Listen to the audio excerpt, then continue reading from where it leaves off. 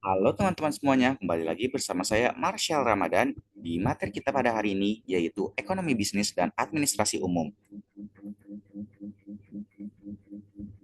Nah, di sini kita terdapat dua tujuan pembelajaran. Tujuan pembelajaran yang pertama ialah kita harus memahami konsep dan ruang lingkup ilmu ekonomi dan mengevaluasi masalah-masalah ekonomi. Dan yang kedua ialah memahami model dan pelaku kegiatan ekonomi. Nah, di sini ada masalah inti dari ekonomi, yaitu kelangkaan atau scarcity. By definition atau secara definisi, ilmu ekonomi ialah kesenjangan antara kebutuhan manusia yang tidak terbatas dengan sumber daya yang sangat terbatas. Nah, penyebab utamanya itu ya, pertama adalah keterbatasan sumber daya alam. Yang kedua ialah kerusakan sumber daya akibat ulah-ulah manusia itu sendiri.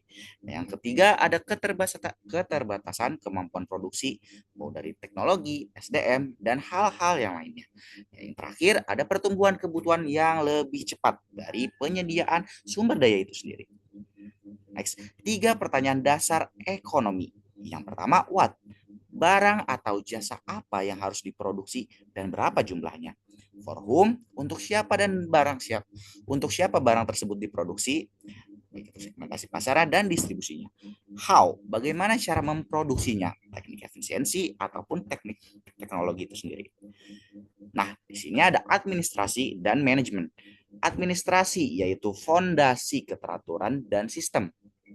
Selanjutnya ada fokus pada pencatatan dan tata kelola data dan kebijakan. Nah, tujuannya ialah menciptakan infrastruktur informasi yang kuat. Sedangkan di manajemen yaitu mesin penggerak atau eksekutor.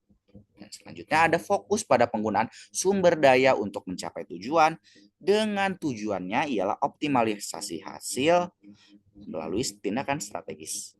Nah, perbedaan yang mendalam antara administrasi dan manajemen yaitu pada proses administrasi ya ini kita menciptakan infrastruktur informasi yang akurat dan manajemen yaitu bertujuan untuk mengoptimalisasi hasil melalui tindakan-tindakan yang strategis.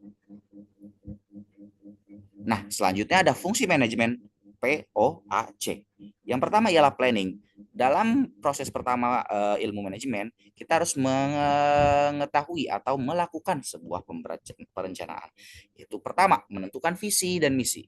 Yang kedua adalah target yang dicapai. Semisal teman-teman marketing ingin mencapai target-target sales tertentu, pasti harus menentukan visi misinya dulu dan target apa yang akan dicapai. Dan yang kedua, pengorganisasian atau organizing, yaitu pembagian tugas, siapa saja yang akan mengerjakan tugas ini, terus wewenang, apa saja yang bisa dilakukan oleh orang ini, dan yang terakhir ada alokasi sumber dayanya.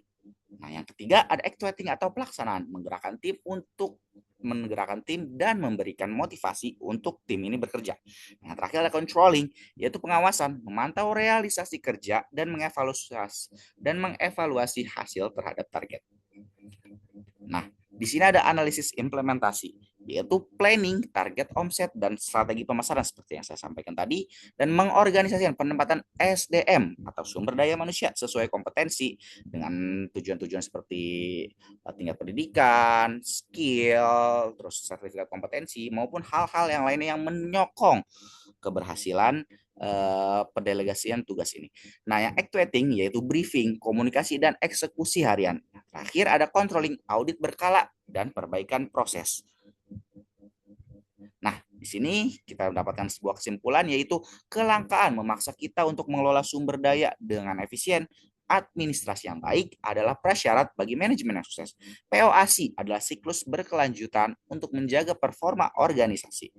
Nah, mungkin itu saja yang bisa saya sampaikan. Kurang lebihnya mohon maaf. Wassalamualaikum warahmatullahi wabarakatuh.